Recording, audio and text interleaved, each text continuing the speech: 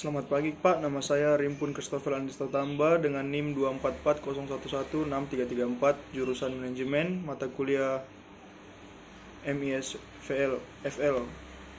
Di sini saya akan menyimpulkan jawaban yang telah saya berikan di lembar soal.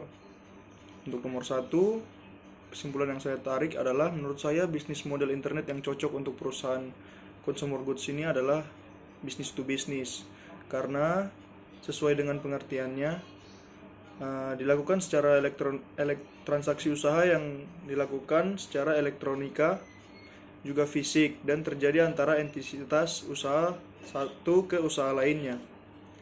Lalu nomor 2, pada perusahaan consumer goods menurut saya penggunaan AI atau artificial intelligence telah diterapkan dengan baik dalam perusahaan consumer goods ini. Contohnya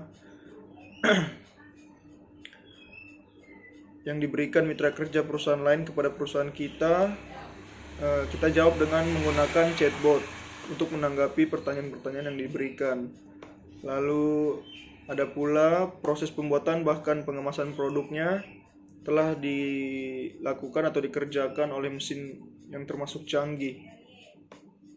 Itu adalah salah satu contoh penerapan artificial intelligence pada perusahaan consumer goods menurut saya.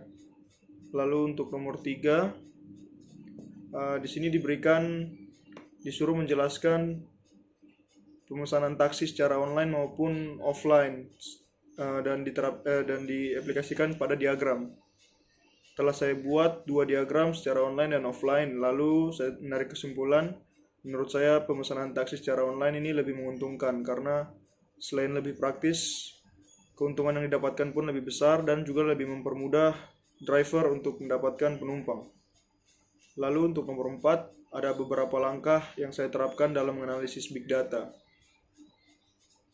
Contohnya seperti analitik lanjutan, lalu membawa manajemen pemasaran ke tingkat baru, terus menghasilkan perkiraan permintaan yang tidak bias secara akurat, skala besar dengan kekuatan gabungan analitik dan alur kerja. Lalu secara visual, eksplorasi semua data, tentukan pola baru dan publikasikan laporan ke web dan perangkat seluler.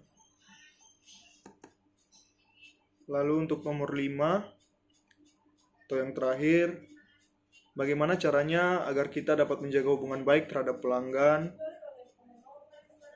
atau customer agar senantiasa melakukan pembelian produk-produk yang kita tawarkan dapat selalu laku. Di sini CRM atau Customer Relationship Management menjadi sebuah tren pada perusahaan saat ini dalam mempertahankan loyalitas pelanggan agar terjadi kelangsungan penjualan yang terus meningkat. CRM ini memiliki tujuan meningkatkan, mempertahankan, serta memberi nilai tambah kepuasan terhadap pelanggan.